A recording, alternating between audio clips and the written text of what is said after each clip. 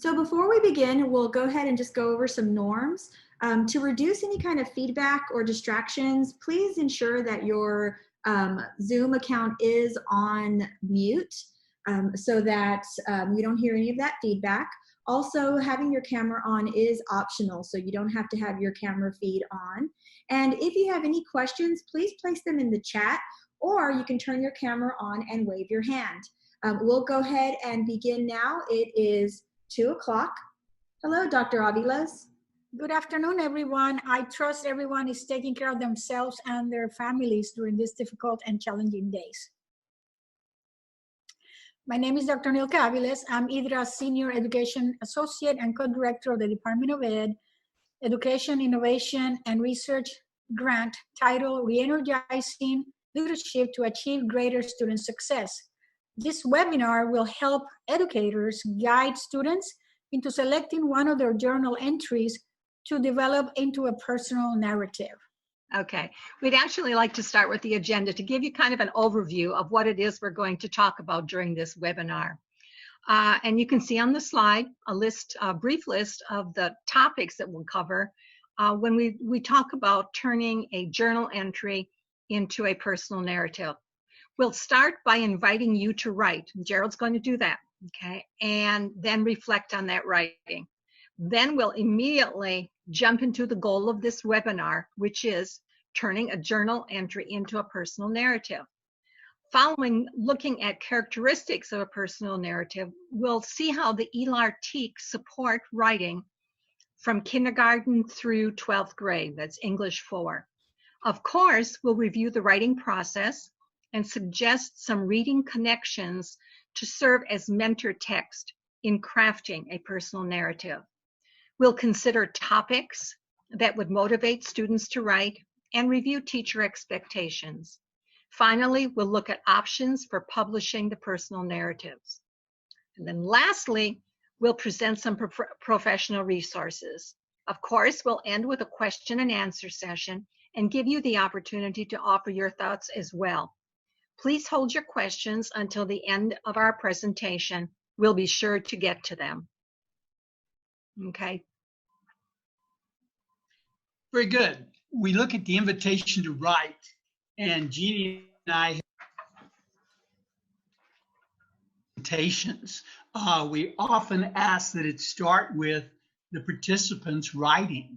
So what we have for you today is an invitation to write something on a personal level that's going to be involved with the coronavirus. So our invitation is worded right about how your everyday routines have changed because of the coronavirus. We have a 3-minute timer, and when it goes off, you'll know it. And then I will continue talking about this part of the agenda. So, Michelle, if we could, please start the timer.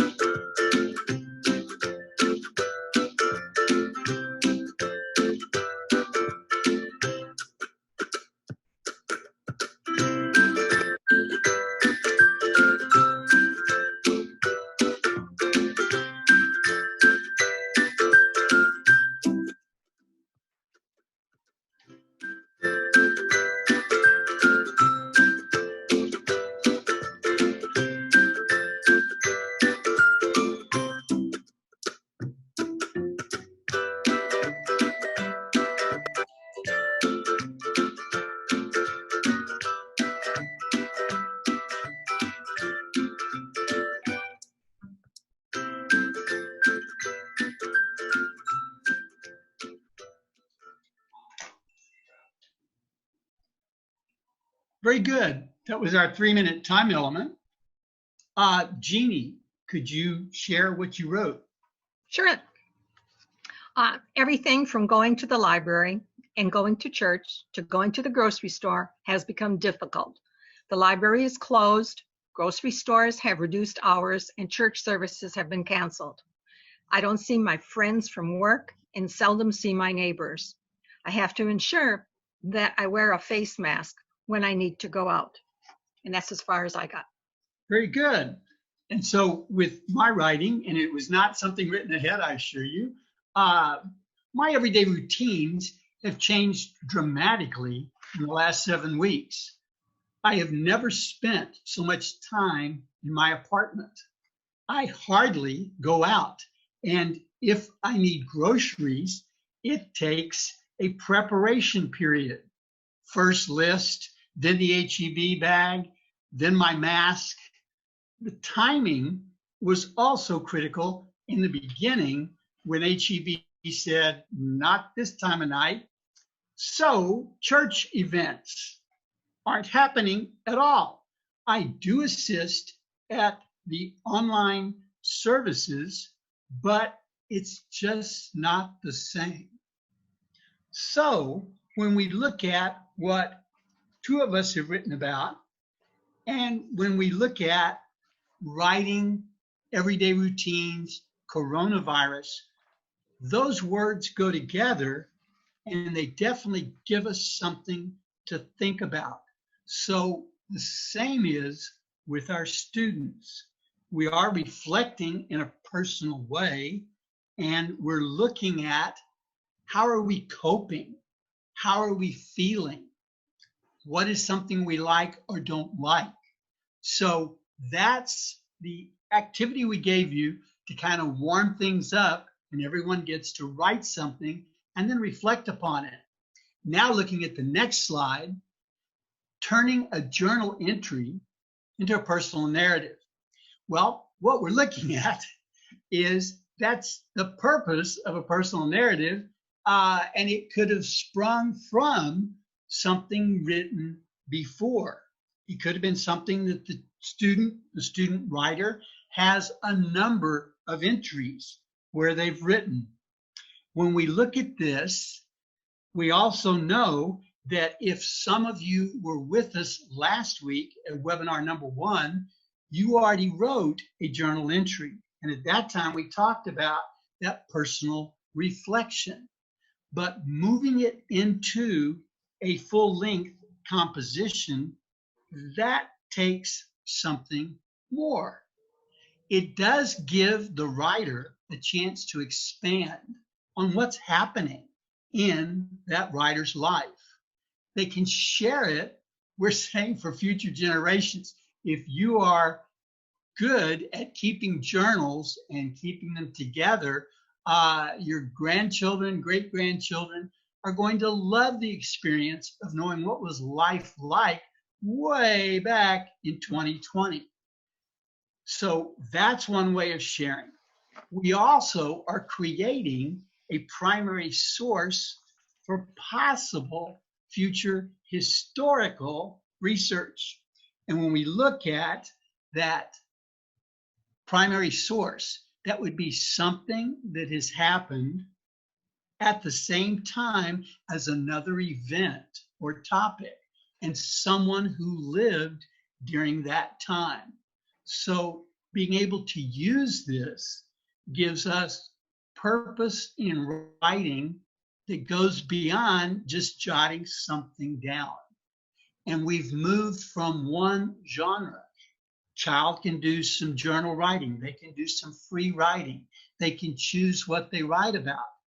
But what we're asking them to then do is go back, look, reflect, and see if something there seems really interesting, turning it into a full-length narrative. As to how long that's going to be, that's something to be decided. And when the children get a chance to create a source of ideas, that's a treasure for the writer. They can go back, look at it, and then spring forward into another kind of composition. So that's the purpose of this webinar, and something we're going to talk about even further. Okay. The next slide looks at characteristics of a personal narrative. Think back to the STAR writing assessment. The word that we see in all the prompts at all grade levels is explain. Students need to explain what makes their thoughts important or impactful. Details and ideas that the student adds will sustain the focus of the controlling or central idea. Each student's unique experiences will lead to interest and engagement on the part of the reader. The second bullet looks at chronology. So of course we want the narrative to be related in sequence. Ideas need to be presented in a logical, sequential order. As the STAR rubric states, the writer's progression of ideas is logical and well controlled. The reader needs to be able to follow what the writer is saying. We're not looking, when we talk about styles of writing with a personal narrative, about anything terribly formal. Okay, this is not academic writing. It's less formal, and we hear the voice or the personality of the author coming through. We're not going to require that the students use a certain formula. That is, not a certain number of sentences, not a certain number of paragraphs. Dialogue, we see dialogue in a personal narrative, but with children, particularly young children, there's some caution when we suggest that they use dialogue, because sometimes those narratives turn into a list of one person said something, another person answered, back and forth, back and forth, back and forth. So all we hear are two speakers' voices in it. Dialogue, some dialogue could make a composition more interesting. But again, if we have too much dialogue, we're going to lose the flow of the composition. When it comes to first-person perspective, we certainly want that. Okay, we want a personal and honest accounting of a unique experience or event in the writer's life. So we want students to use the pronouns I, me, and my. We know that students write best and write more about what they know, and therefore the first-person perspective is going to facilitate that for them. Okay, so those are the characteristics of a personal narrative. When we look at the ELAR TEKS, we're looking at strand 6. And strand 6 actually has 2 knowledge and skill statements that are found in that strand. Okay, the first is the student uses the writing process recursively to compose multiple texts that are legible and use appropriate conventions. Okay, the second knowledge and skill statement is the student uses genre characteristics and craft to compose multiple texts that are meaningful. So we can see here the alignment, kinder through 12, and we really appreciate that alignment. It's going to make it much easier for teachers teaching and much easier for students writing. So we see from kinder through 12th grade, the student is expected to plan by generating ideas for writing, developing drafts, organizing those ideas, etc., the writing process. We expect the student to develop their thought with specific and relevant details. So they have to thoroughly explain what it is they're writing about. And we see that students, starting with kinder, dictate, or starting with first grade, compose literary texts. And a personal narrative is a literary text. We also want to remind teachers, those of you who are in self-contained classrooms especially, that the social studies TEKS address writing, particularly journal writing. So if we're having the children journal writing, doing some of the writing of opinions and such, we're getting double the bang for our buck. We're teaching the ELAR TEKS as well as social studies TEKS. Okay. All right, for our next slide, we're looking at something that for most teachers, they go, oh, I already know about this. But as a veteran teacher from way back in the days, I will tell you it didn't always used to be like this when a student was in a secondary classroom and asked to write on a given topic by the teacher, and it had to be good, perfect, no grammar errors, all of that. We know that authors, especially published authors, follow through these steps.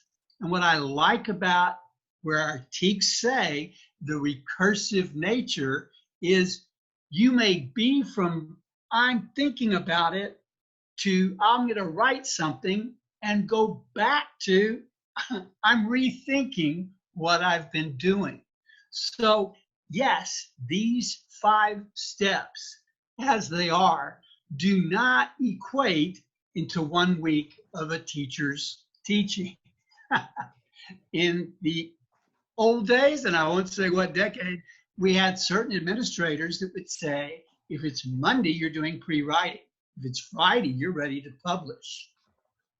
But with teachers becoming more aware of all that's involved in each of these 5 steps, we know that when our students are looking at drafting, they need some strategies, how they're going to shape their writing. When they're coming up with ideas, they need a lot of strategies. For we know that when students do not have sufficient time looking at what am I going to write, their writing comes out rather flat. The revising is important, but it doesn't mean when you wrote it yesterday, today, you can fix it. Fix it. How you arrange your writing, how you arrange your ideas, your reasoning, that is something that takes some writers a very long time. Editing definitely comes in. We need to clean it up for that last one. We're going to go public with it. And that's when you want to try to make sure there's not going to be any mistake there. Because we also know the rubrics are saying that, yeah, the student might make a mistake or two, but it doesn't detract from the writing itself. If there's a whole slew of errors, that's going to pull a writing down.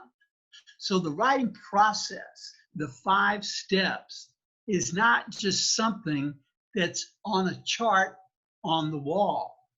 Each step is going to give the teacher a lot of time to work with the students to get them prepared before they ever go public with that writing.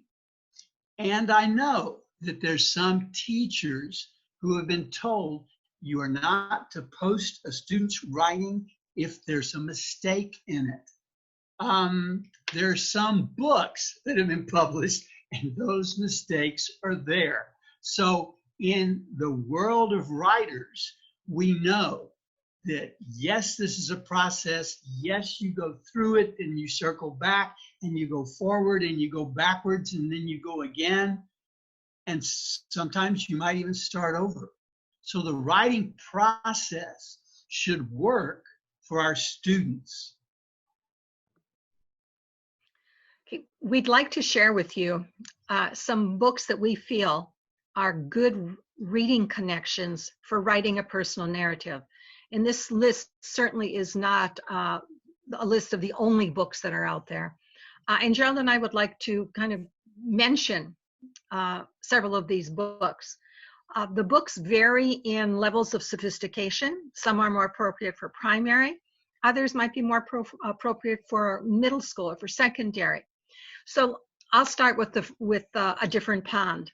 A Different Pond is a book relating a very simple event in a child's life, It's an early morning fishing trip told from the perspective of a Vietnamese boy and his father, who along with their family immigrated to Minnesota. Both of the child, and it's somewhat autobiographical. Bao Phai's parents both have several jobs to support the family. And the fishing experience for the child, for Bao and his father, is one that it is not necessarily for sport, but it's to bring food to the table. Okay, so it's an experience that the child has in growing up. The next, Drawn Together by Min Lee, is somewhat more graphical or graphic when we think about kind of a graphic novel or a graphic children's book, because we know that some children, their preferred learning style would be artistic expression. And this book also is about a young boy who visits his Vietnamese grandfather, but they can't understand each other. They lack a common language. The boy is confused and frustrated until he realizes that he and his grandfather have a shared love of art. The story is told primarily through illustrations. Fly Away Home by Eve Bunting is an older title, and Eve Bunting is a beloved author of children's books. But in this book, in Fly Away Home, a homeless boy experiences a variety of emotions living in an airport with his father. They move from terminal to avoid being noticed. Fred Stays With Me is more a primary title, would be really good for kindergarten or first grade. The story is written about a young girl who goes back and forth between her divorced parents, and the one constant in her life is her dog, Fred. The next, The Harmonica, is more of a middle school. Tony Johnson is the author, and the story is based on the life of Henrik, a boy who becomes a Holocaust survivor because of the gift of a harmonica from his father before his parents were sent to one concentration camp and he to another. The boy's playing is inspirational to other prisoners, and he survives because he performs regularly for a Nazi officer. Gerald, you want to talk about the next couple? Okay, we've got one of my favorite authors, Matt De La Peña, and the last stop on Market Street. So it's a show and tell. Here we go. See? It's got a sticker that it was a Caldecott honor book, and it's got another sticker that it was a Newbery Award winner. So it looks like a simple picture book. And some would say, well, then it's for elementary students. It's not for older students. I disagree. I have used picture books when I would teach 8th graders, and they love to hear a story. It seems like a deceptively simple story of a boy and his Nana, and the boy is CJ, and they're on a bus trip. That's the entire story. But it is a story about learning as a child of others, of desires. Why don't we have a car? They're on the bus. They get rained on. They survive.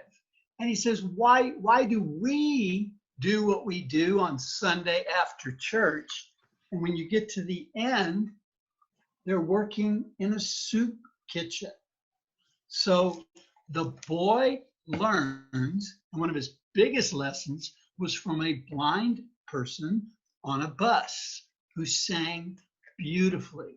So the boy is experiencing, is learning, and is seeing there's so much in the world out there that you shouldn't think, well, I want something more than this, because what you have could be in and of itself a blessing.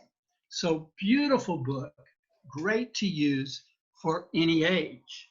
And the other by Matt De La Peña is called Love. And I find when I opened the book cover, I had read it to an elementary school classroom in Edgewood. Beautiful story that De La Peña's got about the aspects of love. What makes this one even more relevant in the age of coronavirus and lockdowns and stay at home is there's something that happens on television and it upsets the character and the people are worried about it. And so this person, this child, has a bad dream.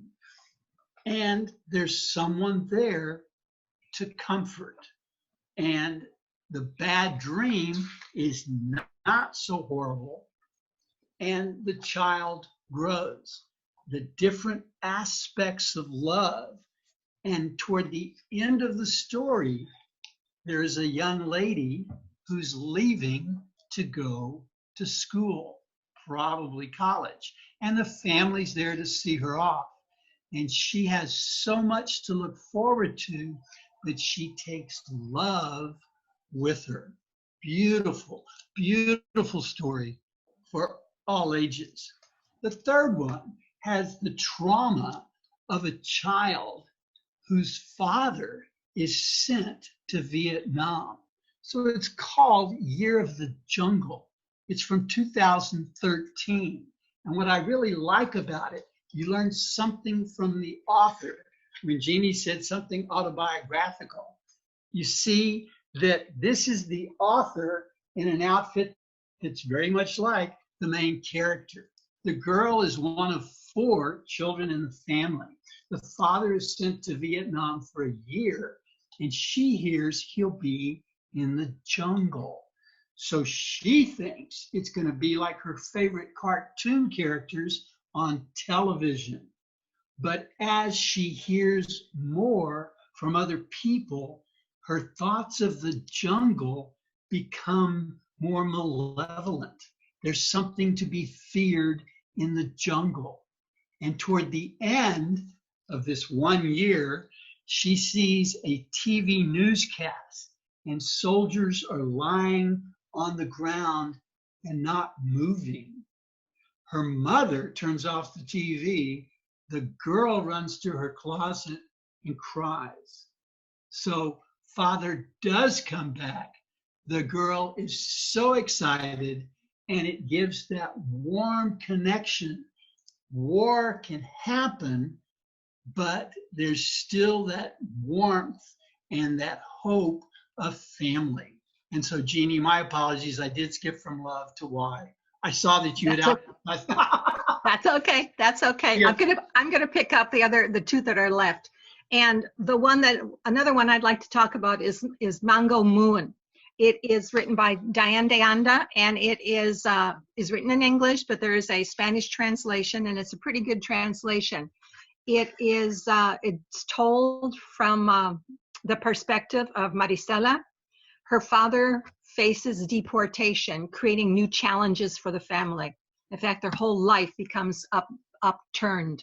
And I'd like to read the inside cover, a timely and evocative story with beautifully rendered illustrations. Mango Moon portrays the heartbreak of a family torn apart by deportation, told with straightforward and powerful simplicity by a young girl who watches her family changing forever and comes to realize that love never dies. So it's a feel-good book as well. The last book I'd like to mention is called Tight Times, and it's a book that probably a whole lot of our kids can identify. A whole lot of adults as well can identify with right now. The story is told from the perspective of a young boy whose family is going through tight times. The situation becomes even worse when the father loses his job. Consequently, when the boy asks to get a dog for a pet, his parents refuse. But then the boy finds a starving kitten and is allowed to keep him. So it's got kind of a feel-good ending at the end as well. So those are reading connections for writing. Next slide. When we ask students to write, we know, Jeannie and I definitely from experience, that sometimes your well-prepared prompt just may not get them moving into writing something down. So what we had last week in webinar 1, what we provide this in webinar 2 is other topics that can have the student then reflect about personal narratives. What else can encourage them?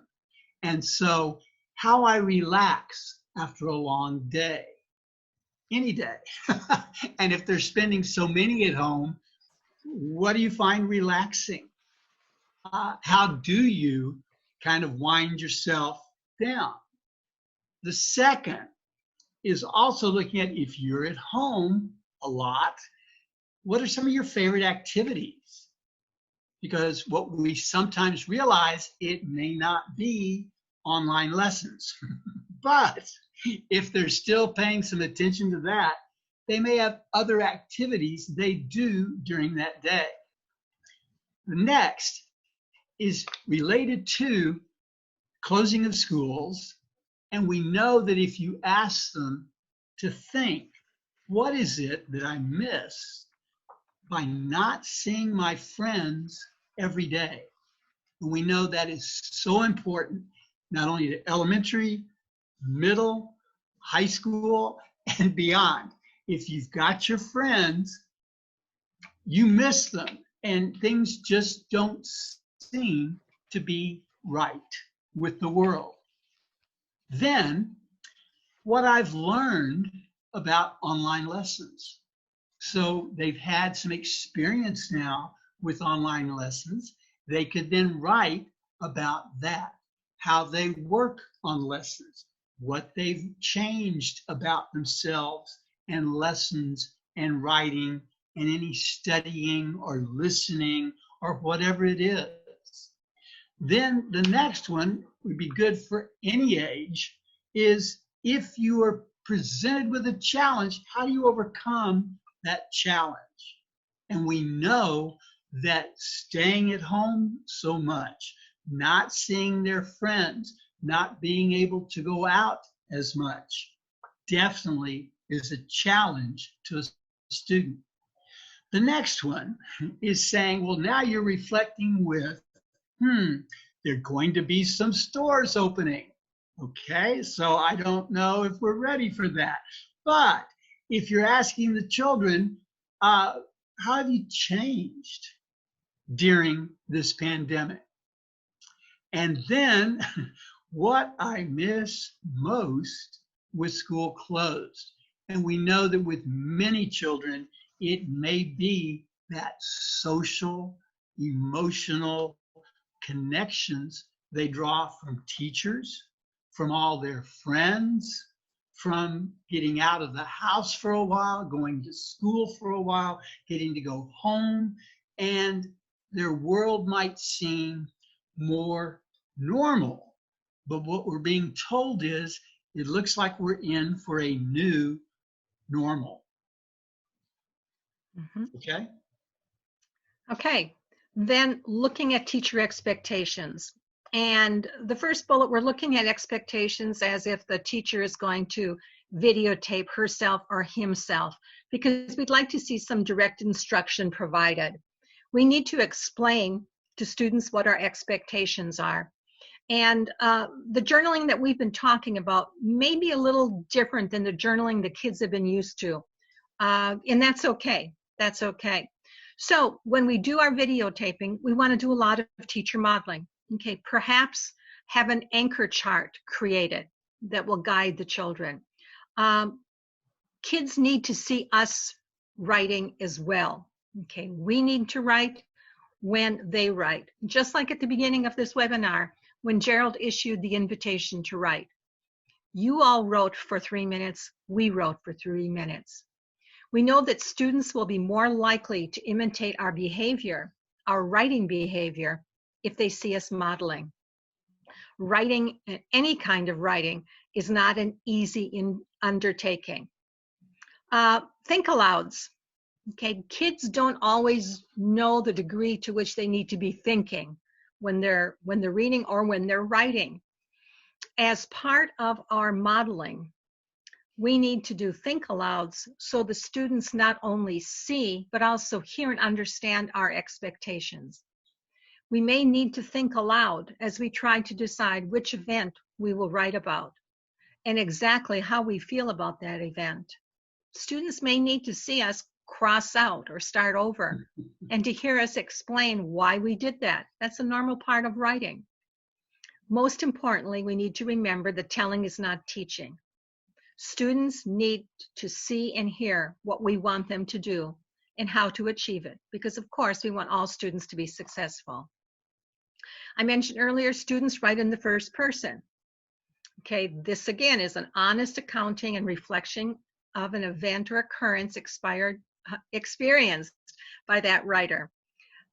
Only this particular student can truly describe the event and his or her reactions and feelings towards it.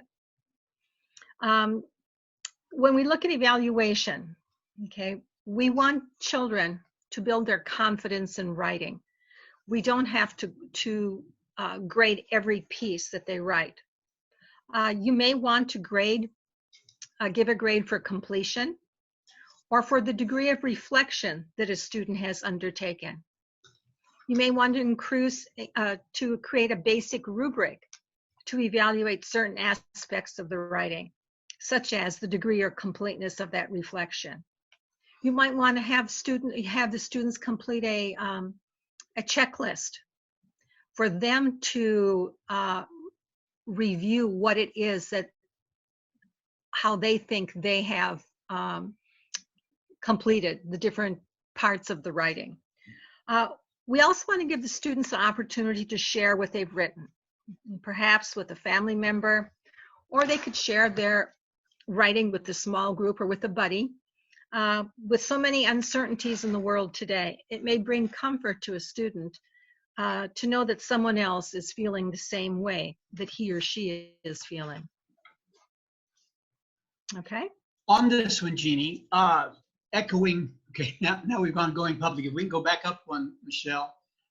When we're looking at the rubrics and when we've looked at how STAR has asked students to write many times in a personal narrative, they want to know what was significant, how they may have learned a lesson.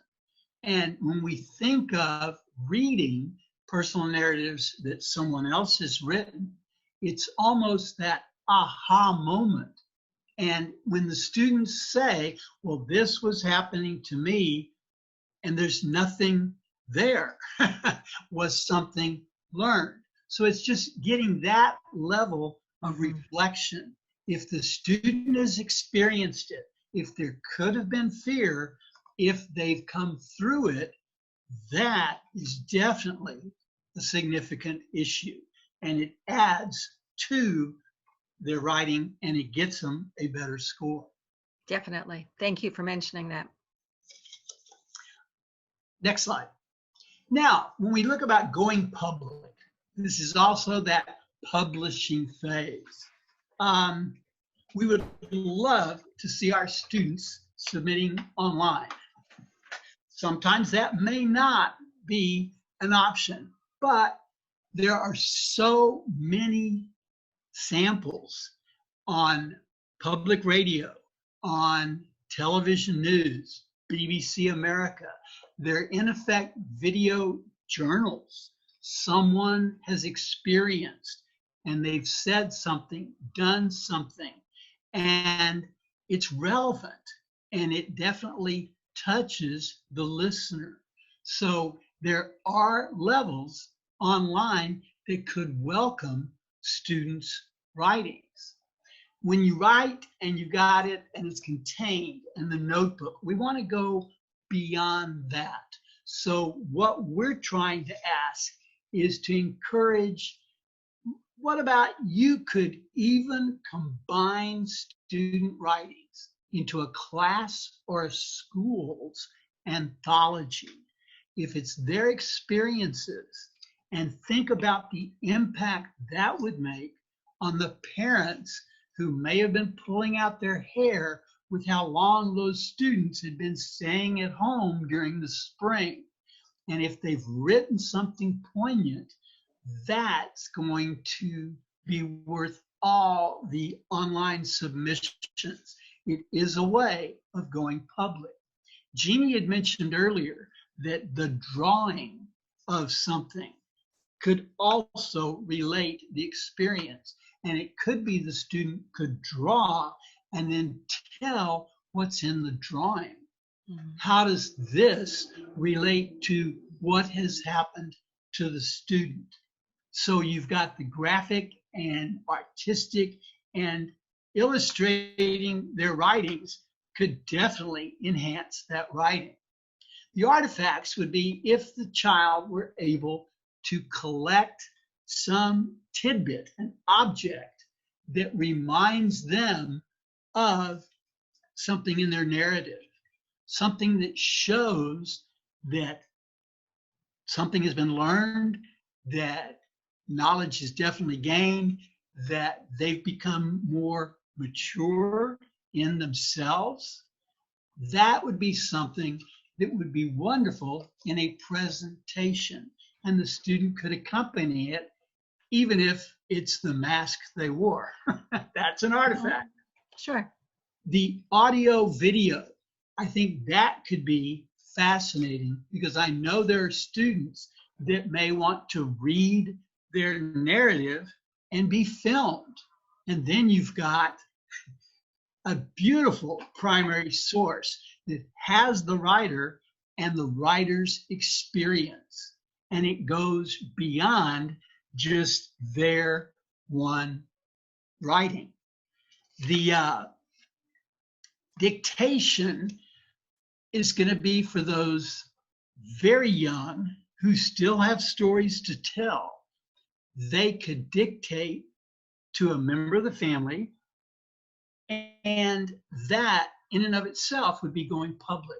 Something has happened, and they could see that something in words. So we've provided several different ideas here that can address varying learning styles, preferences, and that way of going public can be something beautiful. In the old days, we had a Brentwood Reads, and we had our students reading their best writing. And we thought, oh, there's not going to be a lot of parents that'll come to see this. Yes, there were. And they were impressed that their children could write something so eloquent in middle school. It can happen. And so the going public is only restricted by one's imagination. Mm-hmm. Next slide.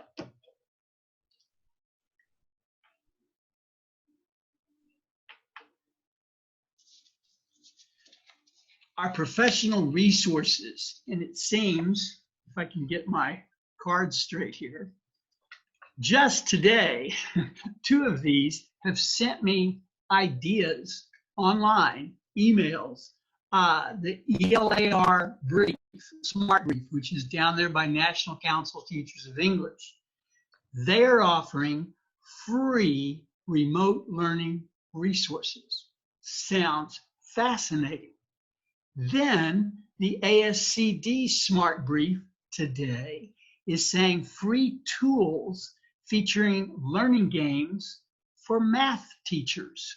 And so I always like that idea of free, but we find that there are resources in our community, in our country, that are offering. We've got what a teacher or anyone at a school might need. And then one that's not listed, but we probably could have listed it if I had gotten this email, is from our own KLRN. Mm-hmm. And their Education Weekly Update provides a link for at-home learning. And we know they've been doing this since students have been spending more time at home.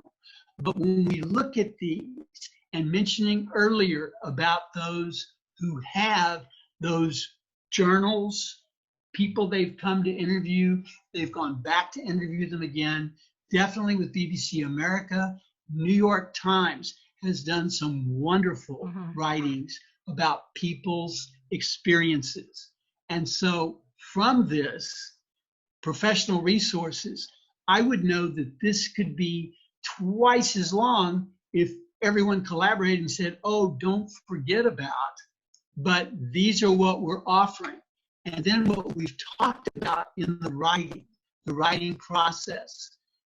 We definitely like using Acts of Teaching, How to Teach Writing, Joyce Armstrong Carroll and Eddie Wilson. Beautiful book, now in its third edition, and it's smaller than it used to be, more concise, as it were. But these, and then Jeannie, did you want to mention other resources? Well, yeah, two that I just learned about. You mentioned the New York Times. They're actually accepting student submissions of articles. It's going public. I love it. Yeah, that from students who their experiences during the pandemic.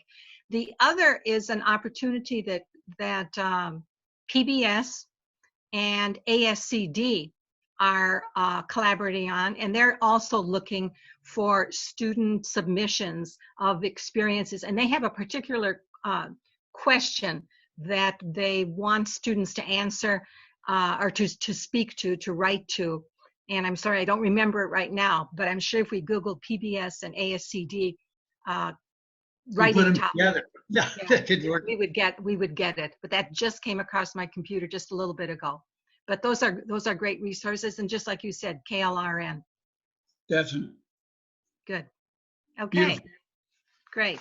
But give you the opportunity either to ask some questions or to share any comments that you might have. So if you would like to, if you want to raise your hand, if you want to put something in the chat box, we'd be happy to hear your comments and respond to what your thoughts are. Okay, I'll say something. Thank you, Ms. Garcia. I know that, well, I was just looking at everything, and it made more sense since I don't do writing that way of writing in second grade, but you know, it makes a lot of sense of what we need to give the students to write about. But sometimes we are handcuffed, and they want to see writing every day, when in fact it should be a long process. Every day start with that particular topic and continue on until you do the publishing. And yet at school they expect, I want you to do a writing on Monday and complete it, a writing on Tuesday, and so on and so on. And in reality, it's not. So it's something that I learned that now I can use in my classroom. I'm going to take the whole week in a writing lesson. Exactly. Beautiful. And second graders may experience elementary, yes. Mm-hmm. And second graders may need more than 1 week. Right, Yes. right. Yeah. No, you are right. She does. So many of our kids come to us thinking they don't have anything to write about. They don't have any ideas. They have And it so takes many us- stories, yes. Yeah. I tell them, if you can talk and tell me something, you can write. Yes, excellent. We like that. Exactly. Okay, thank you. Thank you Thank for you. sharing that. Anyone else have a comment about their students' writing or the writing process for their students?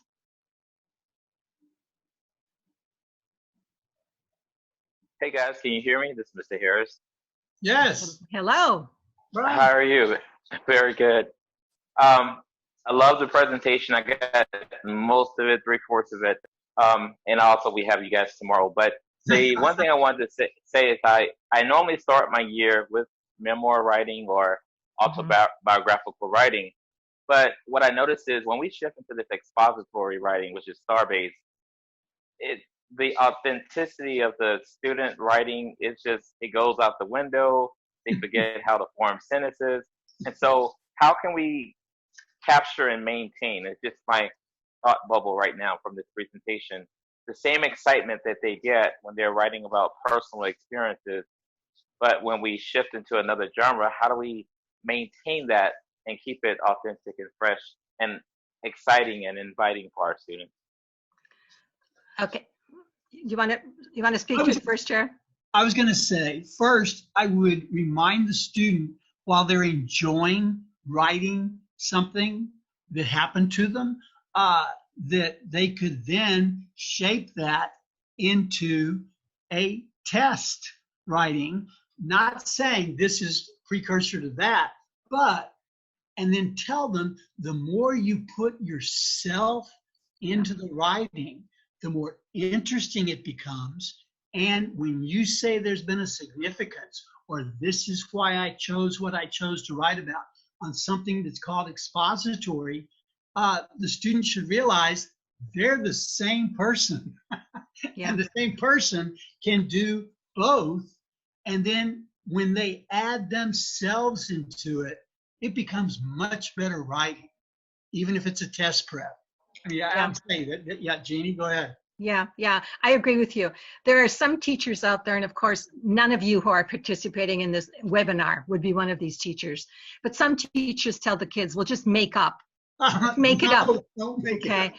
And that's one of the worst things we can tell kids, because as we've said earlier, kids write best what they know. They can write from their personal experience. It's hard to write about something that you don't know, even to make it up. And along with that comes teachers modeling. If the teacher can consistently model what an expository composition can or should look like, with some enthusiasm, with a degree of positiveness about it, I think that's going to go a long way with the kids. Because if we as teachers approach it with, oh geez, we've got to do this expository now, we've got to stop the good stuff and go to expository, right. Then of course put an idea, a notion in the kid's head. So I think teachers have a lot of control over that. Thank you. That's good. Thank you, Brian. If not, that's okay. We're about 4 minutes away to 3 o'clock, and we want to honor everyone's time. We certainly appreciate you guys being here. We want to remind you that there is going to be another webinar, and that's actually tomorrow at the same time. So feel free to register and share with your networks to anybody else that you feel might benefit from the webinar. And I'll go ahead and pass it off now to Nilka, and she'll close out the session. So Dr. Aviles? Thank you so much for your time and for all the learning that we experienced today. I think this webinar was very interesting. It was sweet to the point, but it was very valuable information that were presented by Ms. Cantu and Mr. Sharp. Our time is up, like Michelle indicated, but if any of you would like additional information or support, you can always reach us at idra.org. And my email address is nilka.aviles@idra.org. You can also look for us at IDRA YouTube channel. There's a lot of more information that we can share, and it's all free of charge. And we welcome you to participate in our next webinar. Like Michelle said, it is tomorrow, April 30th at 2 o'clock. So please register, and we will hope to see all of you. Share the information and invite your friends so we can have more engaging opportunities. Thank you so much. Have a great rest of the afternoon. Be safe and well.